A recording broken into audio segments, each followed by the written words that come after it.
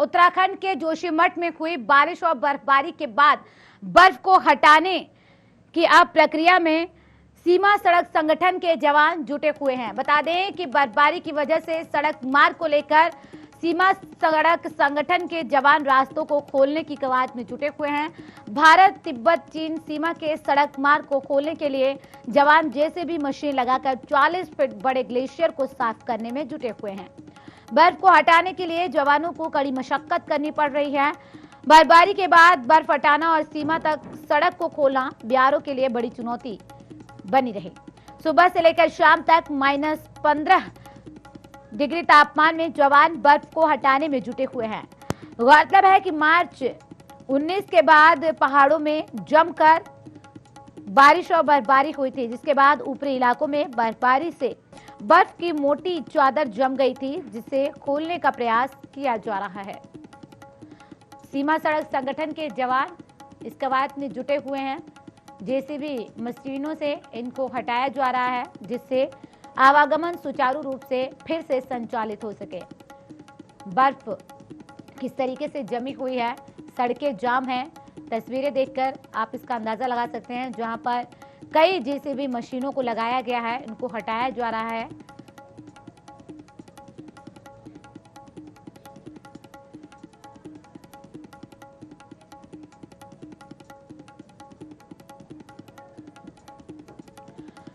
बर्फबारी को हटाने की कवायद तेजी के साथ अब सीमा सड़क संगठन के जवान कर रहे हैं और जवानों की तरफ से सड़कों से जो बर्फ जमी हुई है उसे हटाने की कवायद तेजी के साथ चल रही, जिससे यहां पर आवागमन सुचारू रूप से शुरू किया जा सके। जोशीमठ में बर्फबारी के बाद ये रास्ता बंद हो गया था और अब इस रास्ते को खोलने के लिए जवान डट गए हैं और तमाम जेसीबी मशीनें लगाकर 40 फीट बड़े ग्लेशियर को साफ करने में जुटे हुए हैं, जिससे आवागमन सुचारू रूप से शुरू किया जा सके। लेकिन जवानों को यहां इस बर्फ को हटाने में काफी मशक्कत करनी पड़ रही है। बड़ी चुनौती बिहारियों के लिए ये सीमा को खोलना बनी हुई है, जिसकी वजह से कड़ी मशक्कत जवानों को करनी पड़ रही है। -15 डिग्री तापमान में यहां पर जवान बर्फ हटाने की इस कवायद में तेजी के साथ जुटे हुए हैं।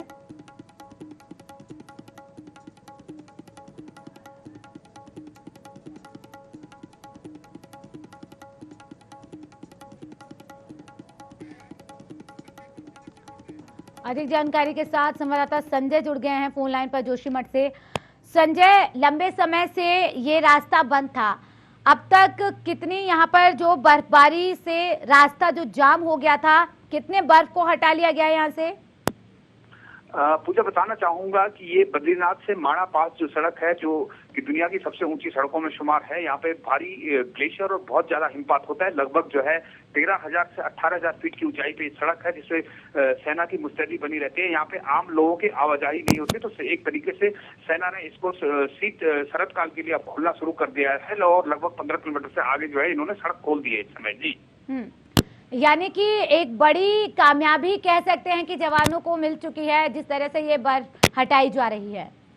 जी, निश्चित तौर पे सीमा सड़क संगठन ने एक बहुत बड़ी कामयाबी हासिल की है, क्योंकि यहाँ पे लगभग 40 फीट से लेकर के और 50-50 फीट तक के ग्लेशियर होते हैं। इसके अलावा 12 से 15 फीट के लगातार बर्फबारी की जगह जगह स्लाइड्स होती हैं। इन सबको ये पार कर रहे हैं और जहां तक बात की जाए, ये दिन रात काम करके इन सेना के इन जवानों ने इसको खोल दिया है एक बार फिर से। जी, लगभग कितने जवानों को इसमें लगाया गया है, जिससे जल्द से जल्द इस बर्फ को हटाया जा सके और रास्ता सुचारू रूप से संचालित हो सके?